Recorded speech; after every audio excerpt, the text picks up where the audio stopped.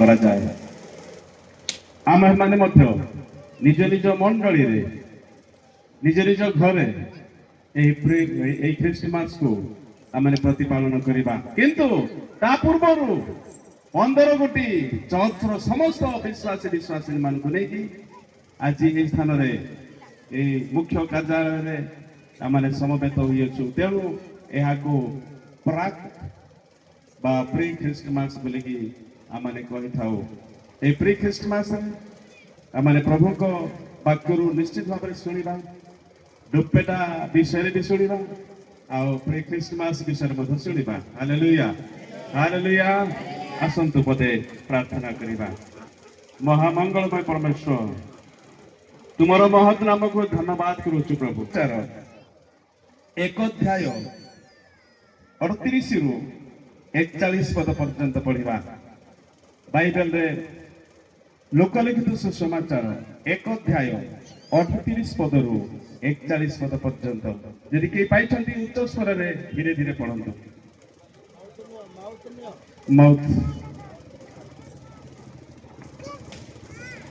ମରିୟମ କହିଲେ, ଦେଖନ୍ତୁ ମୁଁ ପ୍ରଭୁଙ୍କ ଦାସୀ, ଆପଣଙ୍କ ବାକ୍ୟ ଅନୁସାରେ ମୋ ପ୍ରତି ଘଟୁ। ତାହାପରେ ଦୂତ ତାଙ୍କ ନିକଟକୁ ପ୍ରସ୍ଥାନ କଲେ। ଏହି ସମୟରେ ମରିୟମ ଉଠି ପାର୍ବତ୍ୟ ଅଞ୍ଚଳସ୍ଥ ଜିହୁଦା ପ୍ରଦେଶରେ ଗୋଟିଏ ନଗରକୁ ଶୀଘ୍ର ଗମନ କଲେ। ପୁଣି ଜିଖରିୟଙ୍କ ଗୃହରେ ପ୍ରବେଶ କରି ଏଲିସାବେଥଙ୍କୁ ନମସ୍କାର କଲେ। ଆଉ ଏଲିସାବେଥ ମରିୟମଙ୍କ ନମସ୍କାର ଶୁଣିବା ମାତ୍ରେ ଶିଶୁଟି ତାଙ୍କ ଗର୍ଭରେ ନାଚି ଉଠିଲା। ପୁଣି ଏଲିସାବେଥ ପବିତ୍ର ଆତ୍ମାରେ ପୂର୍ଣ୍ଣ ହୋଇ ଅତି ଉଚ୍ଚ ସ୍ୱରରେ କହିଲେ, ନାରୀମାନଙ୍କ ମଧ୍ୟରେ ତୁମେ ଧନ୍ୟ, ପୁଣି ଧନ୍ୟ ତୁମ୍ଭ ଗର୍ଭର ଫଳ। ପ୍ରଭୁ ପ୍ରତ୍ୟବାକ୍ୟରେ ଆମ ପ୍ରତ୍ୟେକଙ୍କୁ ଆଶୀର୍ବାଦ କରନ୍ତୁ। ବହୁତ ଧନ୍ୟବାଦ। ପ୍ରଭୁ ଯୀଶୁଙ୍କର ଜନ୍ମ ସମ୍ପର୍କରେ ଦିନେ ସ୍ୱର୍ଗର ଦୂତ ମରିୟମଙ୍କ ନିକଟକୁ ଯାଇ କହୁଛନ୍ତି, ଆଗ ମରିୟମ, ଆଗ କନ୍ୟା, ତୁମ୍ଭେ ଗର୍ଭବତୀ ହୋଇ ଏକ ପୁତ୍ର ପ୍ରସବ କରିବ, ତାହାଙ୍କର ନାମ ଯୀଶୁ ଦେବ। ହାଲେଲୁୟା। 100 ବର୍ଷ ପୂର୍ବରୁ, ଯୀଶୁଙ୍କର ଜନ୍ମର 700 ବର୍ଷ ପୂର୍ବରୁ ପ୍ରଭୁଙ୍କ ବାକ୍ୟରେ ଯିଶାୟ ଭବିଷ୍ୟତ ବକ୍ତା ଏହା ଲେଖିଲେ। ସେ ଏକ କୁମାରୀର ଗର୍ଭରୁ ସେ ଜନ୍ମଗ୍ରହଣ କରିବେ। ଏହି ସମ୍ବାଦ ଦେବା ନିମନ୍ତେ ସ୍ୱର୍ଗରୁ ଜଣେ ଦୂତ ଆସିଲେ, ମରିୟମକୁ କହିଲେ ଯେ ତୁମ୍ଭେ ଗର୍ଭବତୀ ହବ। ସେ କହିଲେ, ମୁଁ ତ ପୁରୁଷକୁ ଜାଣେ ନାହିଁ। ସ୍ୱାଭାବିକ କଥା, ଜଣେ କୁମାରୀ ସେ କି ପ୍ରକାର ଭାବରେ ଗର୍ଭଧାରଣ କରିବ, ଇଏ ଲଜ୍ଜାର ବିଷୟ। ତେଣୁ ସେ କହିଲେ, ମୁଁ ପୁରୁଷକୁ ଜାଣେ ନାହିଁ, ଏହା କିପରି ସମ୍ଭବ? ସ୍ୱର୍ଗର ଦୂତ ତାଙ୍କୁ କହିଲେ, ପୂର୍ବ ଅଂଶରେ ଲେଖାଯାଏ, ପବିତ୍ର ଆତ୍ମାଙ୍କର କର୍ତ୍ତୃତ୍ୱରେ ତୁମେ ଗର୍ଭବତୀ ହବ, ପରାତ୍ପର ଈଶ୍ୱରଙ୍କର ଶକ୍ତିରେ ତୁମେ ଗର୍ଭଧାରଣ କରିବ, କାରଣ ଯିଏ ଜନ୍ମିବେ ସେ ପବିତ୍ର। ତାଳି ମାରି ଟିକେ ପ୍ରଭୁଙ୍କର ପ୍ରଶଂସା କରିବା। ତେଣୁ ପରମେଶ୍ୱର କୁହନ୍ତି, ଆମ୍ଭେ ପବିତ୍ର, ତୁମେମାନେ ମଧ୍ୟ ପବିତ୍ର ହୁଅ।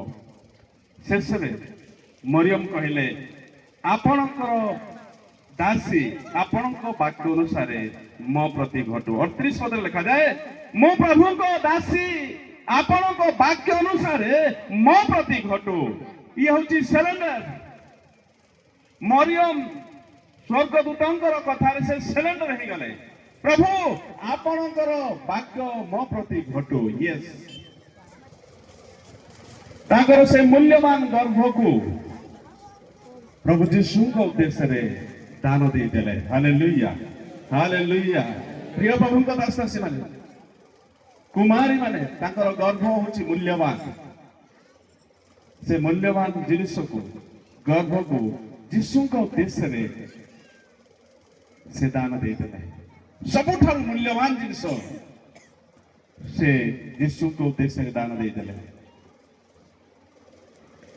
ସ୍ୱର୍ଗର ଦୂତ ତାଙ୍କୁ କହିଲେ, ତୁମେ ଯଦି ଏଟା ବିଶ୍ୱାସ କରୁନାହ, ତାହେଲେ ଯାଅ, ତୁମର ଭଗିନୀ ଏଲିଜାବେଥ ନାମ୍ନୀ ଜଣେ ବୃଦ୍ଧା, ସେ ତାଙ୍କର ଛୁଆ ହଉନାହିଁ, ସେ ବନ୍ଧ୍ୟା ଅଛନ୍ତି, କିନ୍ତୁ ତାଙ୍କ ଗର୍ଭରେ 6 ମାସର ଛୁଆ ବଢୁଛି। Hallelujah hallelujah. 6 ମାସର ଛୁଆ ବଢୁଛି। ତାଙ୍କୁ ଯାଇକି ସାକ୍ଷାତ କର। 29 ପଦରେ ଦେଖୁଛୁ, ସେଇ ସମୟରେ ମରିୟମ ଉଠି ପାର୍ବତ୍ୟ ଅଞ୍ଚଳକୁ ଜିହୁଦା ପ୍ରଦେଶର ଗୋଟିଏ ନଗରକୁ ଶୀଘ୍ର ଗମନ କଲେ। କୋଉ ଅଞ୍ଚଳକୁ ଲେଖାଯାଏ? କଣ ଲେଖାଯାଇଛି? ଟିକେ ଜୋରରେ, ପାର୍ବତ୍ୟ ଅଞ୍ଚଳକୁ ଯାଅ, ପାର୍ବତ୍ୟ ଅଞ୍ଚଳକୁ ଯାଅ। ସେଠି ଗୋଟେ ଚମତ୍କାର ହେଇଛି। ଜଣେ ମା ସେ ଗର୍ଭରେ 6 ମାସର ଛୁଆକୁ ଧାରଣ କରି ଅଛନ୍ତି, ତାଙ୍କୁ ଯାଇକି ଦେଖ ଆଉ ବିଶ୍ୱାସ କର। ପାର୍ବତୀ ଅଞ୍ଚଳ ଡୁମ୍ପେଟା କୋଉଠି ଅଛି? ଡୁମ୍ପେଟା ପ୍ରଭୁ, ଡୁମ୍ପେଟା ମାନଙ୍କୁ ପର୍ବତରେ ଅଛି। ପର୍ବତୀ ଅଞ୍ଚଳକୁ ଯିବାକୁ ପଡିବ। ମରିୟମକୁ କଷ୍ଟ ହେଲା, ସେଦିନ ଗାଡ଼ି ଘୋଡ଼ା ନାହିଁ, ତାଙ୍କୁ ନେଇକି ଯିବା ପାଇଁ କେହି ନାହାନ୍ତି। ତାଙ୍କ ଭଉଣୀ ଘରକୁ ଯିବାର ଅଛି, ଏଲିଜାବେଥଙ୍କ ଘରକୁ ଯିବାର ଅଛି। ସେ ପର୍ବତକୁ ଆରୋହଣ କଲେ, ସେ ପର୍ବତ ଚଢିକି ଗଲେ, ମରିୟମକୁ ଭେଟିବା ପର୍ଯ୍ୟନ୍ତ ଗଲେ। ଆଜି ଡୁମ୍ପେଟା ଜୁନ୍ ବା ଡୁମ୍ପେଟା ପାଛାଡିର 42ତମ ଜନ୍ମ ଦିବସରେ ଆମେ ପ୍ରତି ପାଳନ କରୁଛୁ। 42ତମ ବର୍ଷରେ ଆମେ ପଦାର୍ପଣ କରିଅଛୁ। ଡୁମ୍ପେଟା ଜୁନ୍ର ଗୋଟେ ବିଶେଷତା ରହିଅଛି, କାରଣ ସେ ପାହାଡ଼ ଉପରେ ନିର୍ମିତ ହୋଇଅଛି। ତାଳି ମାରି ଟିକେ ପ୍ରଭୁଙ୍କର ପ୍ରଶଂସା କରିବା। ମରିୟମକୁ ସେଦିନ ଆଶ୍ଚର୍ଯ୍ୟ କାର୍ଯ୍ୟ ଦେଖିବା ପାଇଁ ପାହାଡ଼କୁ ଯିବାକୁ ପଡ଼ିଲା, ଏଲିଜାବେଥଙ୍କ ପାଖକୁ ଯିବାକୁ ପଡ଼ିଲା। ଆଜି ମଧ୍ୟ ଆମେ ସମସ୍ତେ ଡୁମ୍ପେଟାକୁ ଯିବାକୁ ପଡ଼ିବ। ହାଲେଲୁୟା। ଡୁମ୍ପେଟା ପାହାଡ଼ ଚଢ଼ିକି ଯିବାର ଅଛି। କେତେ ଜଣ ଡୁମ୍ପେଟା ଦେଖି ନାହାନ୍ତି? ହାତ ଉଠାନ୍ତୁ। ଡୁମ୍ପେଟା ବୁଦ୍ଧି ବୁଦ୍ଧି ଆଗିଯାଏ, ସମସ୍ତେ ଦେଖିଛୁ, ବଢିଆ। ତାହେଲେ ପ୍ରଭୁ ଗୌରବାନ୍ବିତ ହୁଅନ୍ତୁ। ଡୁମ୍ପେଟା ହଉଛି ପାହାଡ଼ ଉପରେ ପର୍ବତୀୟ ଅଞ୍ଚଳରେ ଅଛି, ପର୍ବତରେ ଅଛି। ଡୁମ୍ପେଟା ବାଲିବାଡ଼ ଏରିଆରେ ଡୁମ୍ପେଟା ଜୁନ୍ ପ୍ରଥମ ଆରମ୍ଭ କରାଯାଇଛି। କୌଣସି ପାଛାଡ଼ି ହେଇନାହିଁ, କିନ୍ତୁ ପ୍ରଥମେ ଡୁମ୍ପେଟା ପାଛାଡ଼ି ହେଇଛି। ତାଳି ମାରି ଟିକେ ପ୍ରଭୁଙ୍କର ପ୍ରଶଂସା କରିବା। ଏହି ଜୋନ୍କୁ ସ୍ଥାପନ କରିବା ପାଇଁ ଅନେକଙ୍କର ଅବଦାନ ରହିଅଛି। ବିଶେଷ କରି ଡିକନ୍ ମହୋଦୟଙ୍କର, ରିଟାୟାର୍ଡ ଡିକନଙ୍କର, ଅବସରପ୍ରାପ୍ତ ଡିକନଙ୍କର ଆଉ ତାଙ୍କ ସହଯୋଗୀରେ ଯେତେ ଜଣ ଥିଲେ ସେମାନଙ୍କର ଅବଦାନରେ 42 ବର୍ଷ ପୂର୍ବେ ଡୁମ୍ପେଟାରେ ଜୋନ୍ ସ୍ଥାପନ କରାଗଲା। ପୁଣି ସେ ବି ପାର୍ବତ୍ୟ ଅଞ୍ଚଳରେ। Hallelujah, hallelujah. ପର୍ବତରେ ଡୁମ୍ପେଟା ବିଷୟରେ କିଏ ବା ନ ଜାଣେ? ଆଜି ତାର ଜନ୍ମଦିନ ପାଇଁ କିଛି ବାକ୍ୟ କହିବା ପାଇଁ ନିଶ୍ଚିତ ଭାବରେ ଇଚ୍ଛା କରିବି, କାରଣ ସେଦିନ ମରିୟମକୁ ଯିବାକୁ ପଡ଼ିଲା ଏଲିଜାବେଥଙ୍କ ପାଖକୁ, ଆଉ ପର୍ବତକୁ ଯିବାକୁ ପଡ଼ିଲା। ଡୁମ୍ପେଟାରୁ ଆଜି ଅନେକ ଗାଁ ହେଇଛି। ହାଲେଲୁୟା। ଡୁମ୍ପେଟାରୁ ଖ୍ରୀଷ୍ଟପୁର, ହଁ କି? ଡୁମ୍ପେଟାରୁ ବିସ୍ପୁର, ଡୁମ୍ପେଟାରୁ ଜୁଡାମ୍ବ, ଡୁମ୍ପେଟାରୁ ଚାଞ୍ଚରାପଲ୍ଲୀ, ଡୁମ୍ପେଟାରୁ ବାଲାପଙ୍କା, ଡୁମ୍ପେଟାରୁ ଆଉ ଭାଲିଆସାହି ନାଇଁ, ଭାଲିଆସାହିଟା ନାହିଁ ବୋଧେ ନା। ଡୁମ୍ପେଟାରୁ ବାଲିବାଡ଼, ରାଇକର, ଆଉ କଣ ଅଛି? କେତେଟା ଗାଁ ହେଲାଣି? ମୁଣ୍ଡେଇ ପଦା, ଏ ପ୍ରଭୁ 10ଟାରୁ ଉର୍ଦ୍ଧ୍ୱ ହେଇଗଲାଣି ବୋଧେ। ଡୁମ୍ପେଟାରୁ ସବୁ ଗାଁ ବିସ୍ତାରିତ ହୋଇଅଛି। ତେଣୁ ଡୁମ୍ପେଟା ହଉଛି ଗୋଟେ ଆଶୀର୍ବାଦର ଜାଗା। ତାଳି ମାରି ଟିକେ ପ୍ରଭୁଙ୍କର ପ୍ରଶଂସା କରିବା। ତେଣୁ ଡୁମ୍ପେଟା ଜୁନ୍ ମଧ୍ୟ ଆଶୀର୍ବାଦ। ଆଜି ଆପଣମାନଙ୍କର ଜୁନ୍କୁ ଦେଖିକି କଣ୍ଡାଜମ ଜୁନ୍ ହେଇଛି। ଆପଣମାନଙ୍କର ଜୁନ୍କୁ ଦେଖିକି ଆଜି କୁଟନିଗରା ଜୁନ୍ ହେଇଛି। ଆପଣମାନଙ୍କର ଜୁନ୍କୁ ଦେଖିକି ଆଜି ବୋରଇ ପାହାଡ଼ ଜୁନ୍ ହେଇଛି। ଆପଣମାନଙ୍କର ଜୁନ୍କୁ ଦେଖି ପଛରେ ପଡ଼ିଯାଇଛି ବାଲିଗଡ଼ ଜୁନ୍, ପଛରେ ସେ ସ୍ଥାପନ ହେଇଛି। Hallelujah, hallelujah. ଟିକେ ଖୁସି ହଉନାହାନ୍ତି କି? ଜୁନ୍ ପ୍ରକୃତରେ ଆପଣମାନେ ହେଉଛନ୍ତି ବହୁତ ନମ୍ବର 1ରେ ଅଛନ୍ତି। ତେଣୁ ଘର ଆପଣଙ୍କର ହେଇଯାଇଛି। ଗତ ବର୍ଷ ଆମେ ମାର୍ଥା ମରିୟମଙ୍କର ବିଷୟରେ ଶୁଣିଲେ। ମରିୟମ ଘର ଏଇଟା, ସେପଟର ଘର ମାର୍ଥା। ମରିୟମ ମାର୍ଥା, ମାର୍ଥା ମରିୟମର କଥା ଶୁଣିଲେ, କିନ୍ତୁ ଆଜି ଗେଟ୍ ଦେଖୁଛୁ, ଗେଟ୍ ଆପଣମାନେ କରିଛନ୍ତି। ତେଣୁ ନମ୍ବର 1 ବୋଲି କହୁଛି। ଆଜି ପର୍ଯ୍ୟନ୍ତ କୌଣସି ଜୁନ୍ରେ ଗେଟ୍ ଗୋଟେ ହେଇନାହିଁ। आपण माने प्रथम थर पाई गेट करछंती ताली मारी टिके प्रभुଙ୍କର प्रशंसा करिबा इ होची गुरे आनंदर विषय जल्दी पढନ୍ତୁ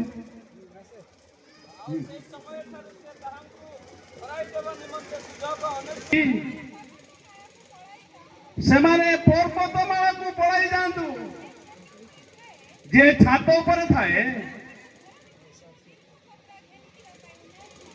से घर भीतर को भाई न जाओ उच्च स्थान रहिबा पई कुआ जाउछि प्रभु को वाक्य रे यीशुଙ୍କର आगमन समय रे जे पर्वत रे थिबो से पर्वत रे ही थाओ जे छात पर थिबो से छात पर ही थाओ ये प्रभुଙ୍କର वाक्य सेति पई से दिन मरियम को पार्वत्य अंचल को जीवा को पड़िला हालेलुया हालेलुया प्रिय प्रभुଙ୍କର दासदासी माने आदि पुस्तक 19 अध्याय 17 पद को जेतलो अध्ययन करिबा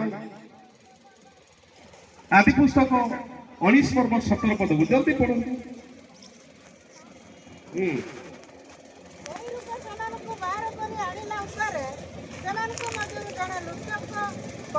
प्राण रक्षा निमंते पड़ मत आड़ दृष्टि कर नहीं ओ ए समस्त प्रांतर मध्यरे ए रुआ नहीं पर्वत को पळाई जाओ पर्वत को पळाई जाओ नहिले विनष्ट हेबो पर्वत को जाओ नहिले विनष्ट हेबो ये प्रभुଙ୍କର वाक्य हालेलुया हालेलुया अब्राहम आ लोट दुई जण दादा पुत्र अब्राहम कहले तुम जदि दक्षिण को जीव मु बाम को जीवी जे तुम बाम को जीव मु दक्षिण को जीवी लोट देखिले ये समतल भूमि सेथि पई से जर्दन को बाछिले आ अब्राहम पर्वत अंचल को बाछिले हालेलुया हालेलुया किंतु समय आसिला जेतबेले लोटंकर जोठी बसवास करथिले सदम और गमोरा से माने मंद कार्य लिप्त रहिले परमेश्वर चाहिए याकु मु ध्वंस करिबी मु अग्निर वर्षा पकाइबी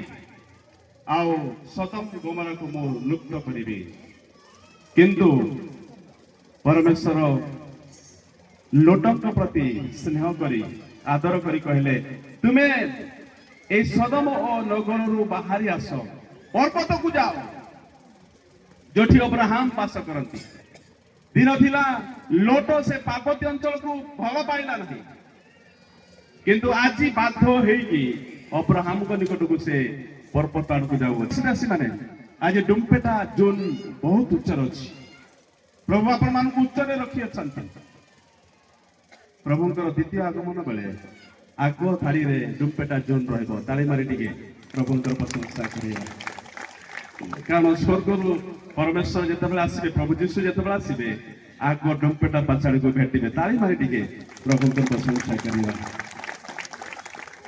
ये मरियम को से दिन कहा गला तुम्हें पार्वत्य अंचल को जाओ पार्वत्य अंचल को गले किछि गोटे चमत्कार विषय देखिबो मरियम बेणी पत्र बांधिले आउ से पर्वत्य अंचल को जाऊ अछंती प्रभु का वाक्य लिखा जाए पर्वत्य अंचल को जाऊ अछंती डुम्पेटा रो अर्थ कौन कि कहि परिबे जदि कहिबे नै मु कहिबे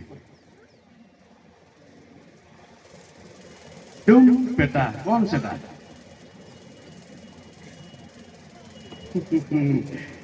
किए जानी नांती मु किनि जानि छी एठी आमानकर भाई माकान जानिबो कि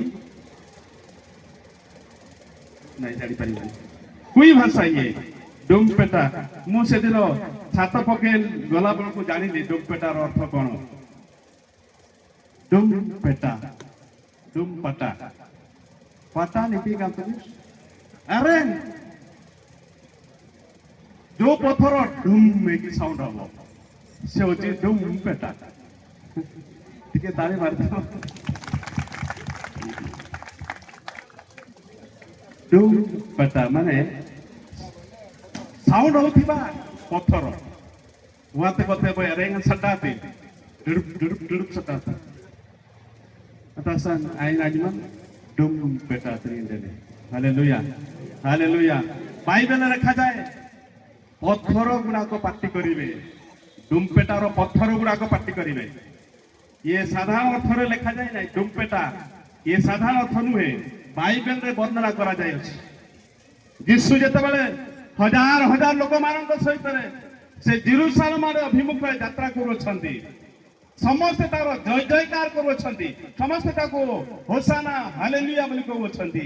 ସେହି ସମୟରେ ଲୋକମାନେ ବିରକ୍ତ ହେଲେ, ଯିହୁଦୀ ମାନେ ବିରକ୍ତ ହେଲେ, ତୁମ ଲୋକମାନଙ୍କୁ ବନ୍ଦ କର, ଚୁପ୍ କର, କାହିଁକି ତୁମକୁ ଏତେ ଚିତ୍କାର କରିକି ତୁମକୁ ପ୍ରଶଂସା କରୁଅଛନ୍ତି। ଯୀଶୁ ଗୋଟେ କଥା କହିଥିଲେ, ଲୋକଲିଖିତ ସୁସମାଚାର 19:40 କଣ ଲେଖା ଅଛି? ଲୋକ 19:40 କଣ ଲେଖା ଅଛି? ଜଲ୍ଦି ସେ ପଢ଼ନ୍ତୁ। ଉତ୍ତର ଦେଲେ, ହଁ, ମୁଁ ତୁମମାନଙ୍କୁ କହୁଅଛି, ମୁଁ ତୁମମାନଙ୍କୁ କହୁଅଛି, ଏମାନେ ତୁନି ହୋଇ ରହିଲେ ଏମାନେ ତୁନି ହୋଇ ରହିଲେ ଗୁଡ଼ାକ ପାଟି କରିବେ। ପଥର ଗୁଡାକ ପାଟି କରିବେ। ତାଳି ମାରି ଟିକେ ପ୍ରଭୁଙ୍କର ପ୍ରଶଂସା କରିବା। ଡୁମ୍ ପେଟାର ଅର୍ଥ ହଉଛି ଯେ ପଥର ଗୁଡାକ ପାଟି କରିବେ। ଡୁମ୍ ପେଟା ପଥର ପାଟି କରିବେ। ମୁଁ କହୁନାହିଁ, ପ୍ରଭୁଙ୍କର ବାକ୍ୟରେ ଲେଖାଯାଏ। Hallelujah, hallelujah. ଡୁମ୍ ପେଟା ପାଟି କରିବାର ଅଛି, ସୁସମାଚାର ପ୍ରଚାର କରିବାର ଅଛି। ଆପଣ ଯୋଉ ଆଶୀର୍ବାଦ ପାଇଅଛନ୍ତି, ଯୋଉ ଯୀଶୁଙ୍କୁ ପାଇଅଛନ୍ତି, ତାଙ୍କୁ ଘୋଷଣା କରିବାକୁ ପଡିବ, ତାଙ୍କୁ ପ୍ରଚାର କରିବାକୁ ପଡିବ, ତାଙ୍କ ସୁସମାଦ ଲୋକମାନଙ୍କ ନିକଟକୁ ପହଞ୍ଚାଇବାକୁ ପଡିବ। ଏଇ ଦାୟିତ୍ୱ ଡୁମ୍ ପେଟା ଜୋନ୍ର ରହିଅଛି। ଆପଣମାନେ କେବଳ 15ଟା ଚର୍ଚ୍ଚରେ ସୀମିତ ରହିଲେ ହେବ ନାହିଁ। ଆପଣମାନଙ୍କର ଅଞ୍ଚଳକୁ ବିସ୍ତାରିତ କରିବାର ଅଛି। ଡୁମ୍ ପେଟା ପାଟି କରିବାର ଅଛି। Hallelujah, hallelujah. ଜଗତର ଲୋକମାନେ ଯଦି କହିବେ ଏମାନଙ୍କର ପାଟିକୁ ବନ୍ଦ କର, କିନ୍ତୁ ପ୍ରଭୁ ଯୀଶୁ କହୁଛନ୍ତି ଏମାନଙ୍କର ପାଟି ଯଦି ଚୁପ୍ କରାଯିବ, ତାହେଲେ ପଥର ଗୁଡାକ ପାଟି କରିବେ। ତାଳି ମାରି ଟିକେ ପ୍ରଭୁଙ୍କର ପ୍ରଶଂସା କରିବେ। ପଥର ଗୁଡାକ ପାଟି କରିବେ। ଆମେ ସୌର ଜାତିର ଲୋକମାନେ, ଆମେ ଆଦିବାସୀର ଲୋକମାନେ, ଆମମାନଙ୍କ ପାଟିରୁ ଗୋଟେ ବାକ୍ୟ ବି ବାହାରୁ ନଥିଲା, ଗୋଟେ ଶବ୍ଦ ବି ବାହାରୁ ନଥିଲା। ଆମେ ଚୁପଚାପ ରହୁଥିବା ଲୋକମାନେ, କେବଳ ପ୍ରଭୁଙ୍କ ଅନୁଗ୍ରହରେ ଆଜି ଆମେ ବିପଦ କହିବା ପାଇଁ ସୁଯୋଗ ପାଉଛୁ। ତାଳି ମାରି ଟିକେ ପ୍ରଭୁଙ୍କର ପ୍ରଶଂସା କରିବେ। ହେଲେ ନା ଏଇ ନମ୍ବରରେ ଆମର ଅଛି ପଥର ପରି ଥିବା ଲୋକମାନେ ସମସ୍ତେ, କିନ୍ତୁ ପ୍ରଭୁ ଆମମାନଙ୍କର ମୁଖକୁ ଖୋଲି ଦେଇଛନ୍ତି। ଆଜି ଆମେ କଥାବାର୍ତ୍ତା କରିପାରୁଛୁ, ଆଜି କଣ ଭଲ ମନ୍ଦ ବିଚାର କରିପାରୁଛୁ।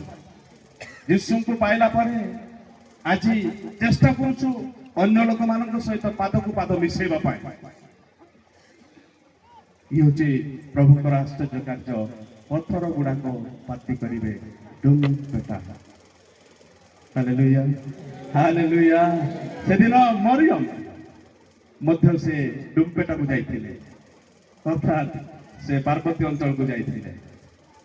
ଏଲିଜାବେଥଙ୍କ ଘରକୁ ଗଲେ, ବାକ୍ୟରେ ଲେଖାଯାଏ, ଆମେ ଯାହା ପଢିଲୁ ସେତେବେଳେ, ସେ ଯେତେବେଳେ ଜିଖରିୟଙ୍କ ଘର ଭିତରେ ପ୍ରବେଶ କରୁଅଛନ୍ତି, ଅର୍ଥାତ୍ ଏଲିଜାବେଥଙ୍କ ଘରକୁ ପ୍ରବେଶ କରୁଅଛନ୍ତି।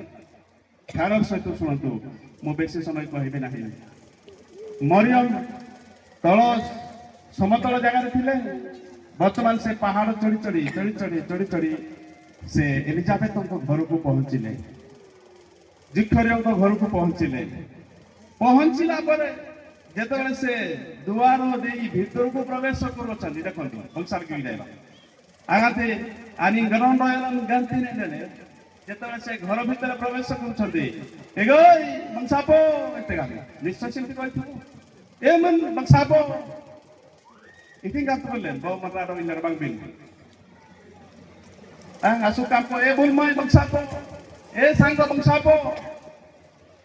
নিশ্চিত ভাবে মরিয়ম এলিজাবেথকে দেখি কইলে, hello Elizabeth, how are you? কইতিবে সে নিশ্চয়। Hallelujah, hallelujah. এটি গোটে চমৎকার বিষয় দেখুଛୁ। কে জনে পুনর্বার সেই 41 পদକୁ ପଢନ୍ତୁ। ଲୋକ 2:1-41 କଣ ଲେଖା ଅଛି? 40-41। ପୁଣି ଜିଖରିୟଙ୍କ ଗୃହରେ ପ୍ରବେଶ କରି ଏଲିଜାବେଥଙ୍କୁ ଗୁଡ୍ ମର୍ଣ୍ଣିଂ କହିଲେ, ନମସ୍କାର କହିଲେ। ଆଚ୍ଛା, ଆଉ ଏଲିଜାବେଥ ମରିୟମଙ୍କର ନମସ୍କାର ଶୁଣିବା ମାତ୍ରେ ଶିଶୁଟି ତାଙ୍କ ଗର୍ଭରେ ନାଚି ଉଠିଲା। ଶିଶୁଟି ତାଙ୍କ ଗର୍ଭରେ ନାଚି ଉଠିଲା। ଇଏ ହଉଛି ଚମତ୍କାର। କା ପେଟରେ ଛୁଆ ଅଛି? ଏଲିଜାବେଥଙ୍କ ପେଟରେ ଛୁଆ ଅଛି। ସେ ପୁଣି କେତେ ମାସର? 6 ମାସର ଛୁଆ। ବିଶେଷ କରି ଧ୍ୟାନ ସହିତ ଶୁଣନ୍ତୁ। ଆଉ ଅଳ୍ପ ଦିନ 10 ଦିନ ରହିଲେ ଆମେ ଏକ୍ସମାସ ପ୍ରତିପାଳନ କରିବା। 10 ଦିନ ରହିଲେ ଆମେ ଡିସେମ୍ବର 25 କୁ ପ୍ରତିପାଳନ କରିବା। 6 ମାସର ଛୁଆ ଏଲିଜାବେଥ ପେଟରେ ଥିବା ଛୁଆ ମରିୟମଙ୍କ ପେଟରେ ଥିବା 0 ଏଜର ଯୀଶୁଙ୍କୁ ଦେଖିକି ନାଚି ଉଠିଲେ। ତାଳି ମାରି ଟିକେ ପ୍ରଭୁଙ୍କର ପ୍ରଶଂସା କରିବା। ଇଏ ହଉଛି ଚମତ୍କାର। ଏଲିଜାବେଥଙ୍କ ପେଟରେ 6 ମାସର ଛୁଆ ଯିଏକି ଜଗତକୁ ଆସିନାହାନ୍ତି, ସେ ଜଗତକୁ ପଦାର୍ପଣ କରିନାହାନ୍ତି, ସେ ଜନ୍ମଗ୍ରହଣ କରିନାହାନ୍ତି, କିନ୍ତୁ ତାଙ୍କ ପେଟରେ 6 ମାସର ଛୁଆ ମରିୟମଙ୍କ ପେଟରେ 0 ଏଜର ଯୀଶୁଙ୍କୁ ଦେଖିକି ନାଚି ଉଠିଲେ ବୋଲି ଲେଖାଯାଏ। ତାଳି ମାରି ଟିକେ ପ୍ରଭୁଙ୍କର ପ୍ରଶଂସା କରିବା। ଇଏ ହଉଛି ଚମତ୍କାର। ଯୀଶୁ ମରିୟମଙ୍କ ପେଟରେ 0 ଏଜର ଯୀଶୁଙ୍କୁ ଦେଖିଲେ। ପେଟର ଛୁଆ ଆଉ ଗୋଟେ ପେଟର ଛୁଆକୁ ଦେଖି ପାରୁଛନ୍ତି। ଦେଖନ୍ତୁ କି ଗୋଟେ ବିଚିତ୍ର କଥା। ଭଲରେ ଧ୍ୟାନ କରନ୍ତୁ। ମରିୟମକୁ ଦେଖିଲା ପରେ ଛୁଆ ନାଚିଲେ, ଇଏ ତ ବାସ୍ତବିକ କଥା। କିନ୍ତୁ ମରିୟମଙ୍କ ପେଟରେ ଥିବା 0 ଏଜର ଛୁଆ ଯୀଶୁଙ୍କୁ ଦେଖିକି 6 ମାସର ଛୁଆ ପେଟରେ ଥାଇକି ନାଚୁଛନ୍ତି। ତାଳି ମାରି ଟିକେ ପ୍ରଭୁଙ୍କ ପ୍ରଶଂସା କରିବେ। ପରମେଶ୍ୱରଙ୍କ ଠାରେ କୌଣସି ବିଷୟ ସମ୍ଭବ ନାହିଁ। ଯେରେମିୟ 1:5 ଲେଖାଯାଏ। ଯେରେମିୟ 1:5 ଜଲ୍ଦି ପଢନ୍ତୁ। କିଏ ଜାଣି କେମିତି ପରମେଶ୍ୱର ଆଶ୍ଚର୍ଯ୍ୟ ଭାବରେ କାର୍ଯ୍ୟ କରନ୍ତି। ଉଦର ମଧ୍ୟରେ ତୁମ୍ଭକୁ ଗଢ଼ିବା ପୂର୍ବରୁ ଆମ୍ଭେ ତୁମକୁ ଜାଣିଲୁ। ଭୂମିଷ୍ଠ ହେବା ପୂର୍ବରୁ ଆମ୍ଭେ ତୁମକୁ ପବିତ୍ର କଲୁ। ଆମ୍ଭେ ତୁମକୁ ନାନା ଦେଶ ନିକଟରେ ଭବିଷ୍ୟତ ବକ୍ତା କରି ନିଯୁକ୍ତ କଲୁ। ପରମେଶ୍ୱରଙ୍କର ସେଇ କାପାସିଟି ଅଛି ଯେ ମାତାର ଉଦରରେ ଥାଇକି ସେ ଚଏସ୍ କରନ୍ତି, ସେ ପବିତ୍ର କରନ୍ତି, ସେ ଆହ୍ୱାନ କରନ୍ତି, ଆଉ ସେ ନିଯୁକ୍ତି ମଧ୍ୟ ଦିଅନ୍ତି। ଆଜି କେତେ ଥାକ ଆପ୍ଲିକେସନ ଗଲା ପରେ ମଧ୍ୟ ରିଜେକ୍ଟ ହେଇଯାଏ, ନିଯୁକ୍ତି ମିଳେ ନାହିଁ। କିନ୍ତୁ ପରମେଶ୍ୱରଙ୍କର ନିଯୁକ୍ତି ମାତାର ଉଦରରୁ ହେଇଥାଏ। ତାଳି ମାରି ଟିକେ ପ୍ରଭୁଙ୍କର ପ୍ରଶଂସା କରିବେ। ପ୍ରିୟ ପ୍ରଭୁଙ୍କ ଦର୍ଶକମାନେ, ସେଦିନ ମଧ୍ୟ ଏଲିଜାବେଥଙ୍କର ପେଟରେ ଥିବା ଛୁଆ 6 ମାସର ଛୁଆ ମରିୟମଙ୍କ ପେଟରେ ଥିବା ଛୁଆ 0 ଏଜର ଛୁଆ ଅର୍ଥାତ୍ ଯୀଶୁଙ୍କୁ ଦେଖିକି ନାଚିଲେ। ଆଜି ଆମେ ଖ୍ରୀଷ୍ଟିଆନ ମାନେ ଆମମାନଙ୍କ ମଧ୍ୟରେ ଶିଥିଳତା ଆସିଯାଇଛି। ଆମମାନଙ୍କ ମଧ୍ୟରେ ହସ ନାହିଁ, ଆନନ୍ଦ ନାହିଁ, ଖୁସି ନାହିଁ, ଧୀରେ ଧୀରେ ଲୁପ୍ତ ହଉଛି। ପ୍ରଭୁ ଆମ ପ୍ରତ୍ୟେକଙ୍କୁ ଆଶୀର୍ବାଦ କରନ୍ତୁ। ଡିସେମ୍ବର 25ରେ ଆମେ ନାଚିବା। Hallelujah, hallelujah. ସେତେବେଳେ ଟିକେ ନାଚିଲୁ, ବଢିଆ ଲାଗିଲା। ସେ ଗୁଣରୁ ଏ ପର୍ଯ୍ୟନ୍ତ ଆମେ ନାଚି ଗାଇଲୁ, ପ୍ରଭୁଙ୍କ ଉଦ୍ଦେଶ୍ୟରେ ନାଚିଲୁ। ଯଦି 6 ମାସର ଛୁଆ ନାଚୁଛି, ଆମେ 60 ବର୍ଷର ବୁଢା ଆମେ ନାଚିବାନି କାହିଁକି? 16 ବର୍ଷର ଭେଣ୍ଡିଆ ଆମେ କାହିଁକି ନାଚିବା ନାହିଁ? Hallelujah, hallelujah. ଜୋରଜାର ହେଇକି ନାଚିବା। ଦିଗଲ କହୁଛନ୍ତି ଜୋରଜାର ହେଇକି ନାଚିବା। ଆମେ ନାଚିବା, ଗାଇବା, ପ୍ରଭୁଙ୍କର ପ୍ରଶଂସା କରିବା। କାରଣ ଆମଙ୍କର ଉଦ୍ଧାରକର୍ତ୍ତା, ପରିତ୍ରାଣକର୍ତ୍ତା ସେ ଜନ୍ମଗ୍ରହଣ କରିଅଛନ୍ତି, ସେଥିପାଇଁ ନାଚିବା। ମାଥ୍ୟୁ 2:1 କଣ ଲେଖା ଅଛି? କମ୍ପେୟାର କରିକି ଆମେ ସମାପ୍ତ କରିବା। ମାଥ୍ୟୁ 2:1 କଣ ଲେଖା ଅଛି?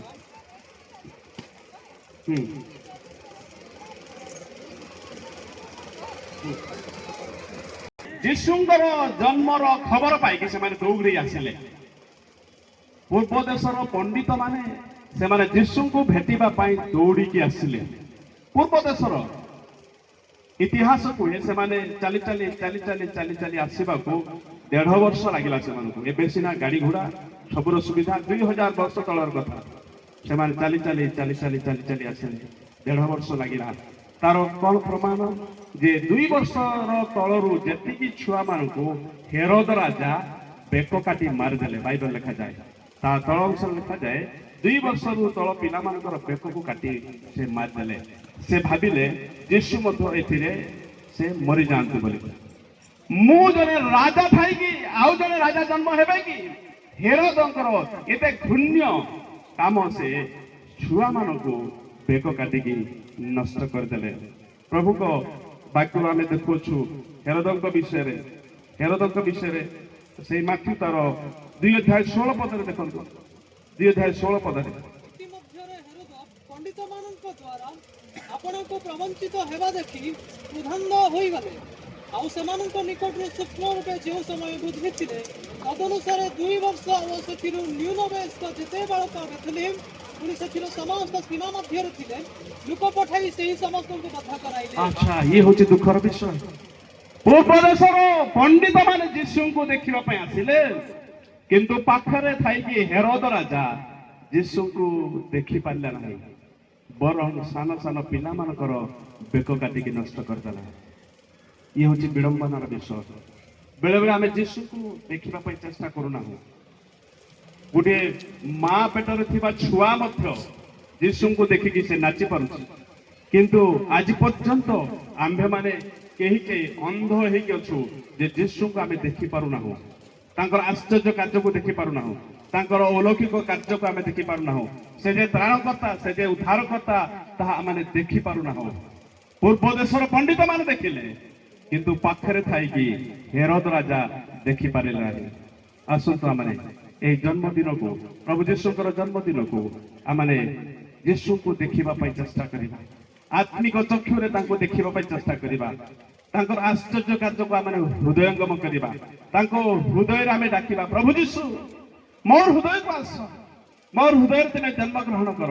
ତୁମର ସ୍ୱଭାବ, ତୁମର ସବୁ କିଛି ମୋ ଜୀବନକୁ ଆସୁ। ଏ ପ୍ରକାର ଭାବରେ ଆସନ୍ତୁ ଆମେ ଆଖି ବନ୍ଦ କରି ପ୍ରଭୁଙ୍କ ନିକଟରେ ସମର୍ପିତ ହେବା, ପ୍ରାର୍ଥନା କରିବା।